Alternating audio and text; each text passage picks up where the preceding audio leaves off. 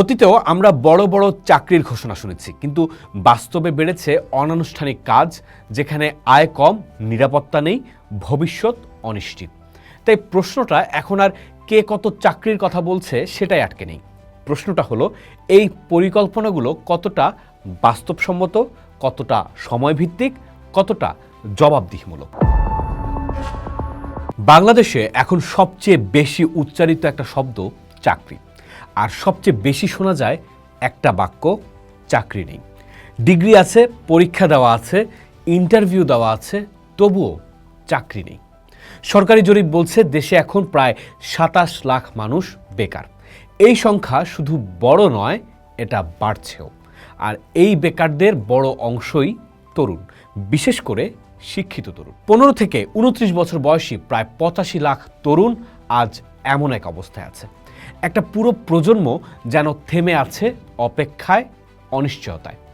এই বাস্তবতা আমাদের সামনে খুব স্বাভাবিকভাবেই একটা প্রশ্ন তোলে, দেশে কর্মসংস্থান নিয়ে রাজনৈতিক দলগুলো আসলে কি ভাবছে।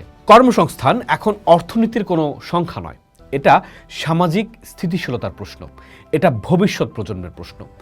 চাকরি তৈরির যে গতি দরকার, সেটা দেশের কর্মক্ষম মানুষের সংখ্যার সঙ্গে তাল মেলাতে পারছে না।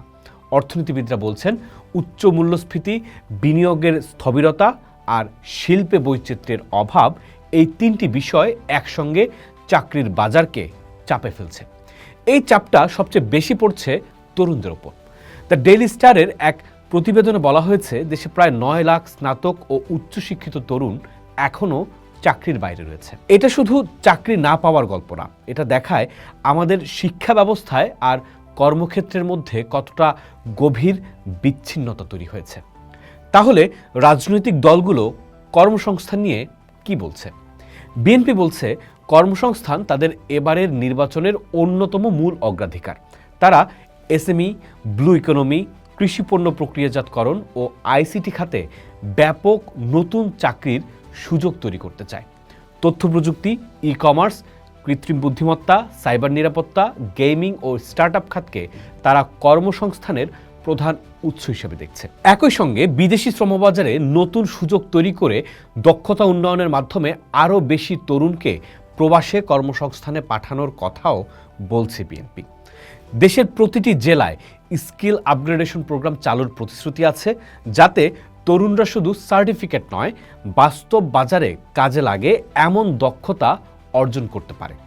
নারী, প্রতিবন্ধী ও প্রান্তিক তরুণদের জন্য আলাদা কর্মসূচির কথাও বলছে তারা। এনসিপি বলছে, কর্মসংস্থান মানে শুধু চাকরির সংখ্যা বাড়ানো নয়। তাদের মতে, চাকরির সঙ্গে ন্যূনতম আয়, নিরাপত্তা আর সামাজিক সুরক্ষা নিশ্চিত না হলে সেটাকে মানসম্মত কর্মসংস্থান বলা যায় না।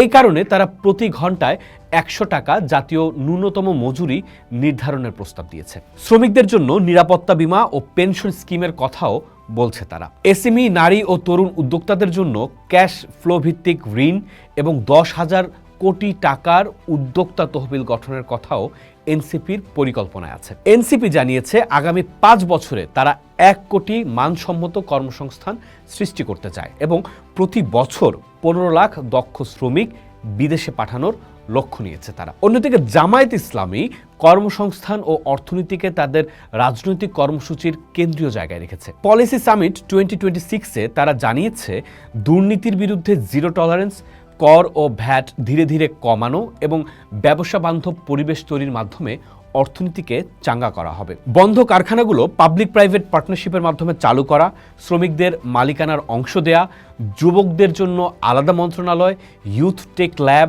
ডিস্ট্রিক্ট জব ইউথ ব্যাংক, এসব পরিকল্পনার কথাও তারা বলছে। কিন্তু রাজনৈতিক দলগুলোর এই প্রতিশ্রুতিগুলো নতুন নয়। অতীতেও আমরা বড় বড় চাকরির ঘোষণা শুনেছি, কিন্তু বাস্তবে বেড়েছে অনানুষ্ঠানিক কাজ, যেখানে আয় কম, নিরাপত্তা নেই, ভবিষ্যৎ অনিশ্চিত। তাই প্রশ্নটা এখন আর কে কত চাকরির কথা বলছে সেটাই আটকে নেই। প্রশ্নটা হলো, এই পরিকল্পনাগুলো কতটা বাস্তবসম্মত, কতটা সময়ভিত্তিক, কতটা জবাবদিহিমূলক। আজ যারা চাকরির অপেক্ষা আছেন, এইসব প্রতিশ্রুতি কি সত্যিই তাদের জীবনে কোনো পরিবর্তন আনতে পারবে? কর্মসংস্থান নিয়ে আপনার আস্থা আসলে কার ওপর? পোস্ট দেখুন, ভাবুন, করুন, থাকুন পোস্টের সাথেই।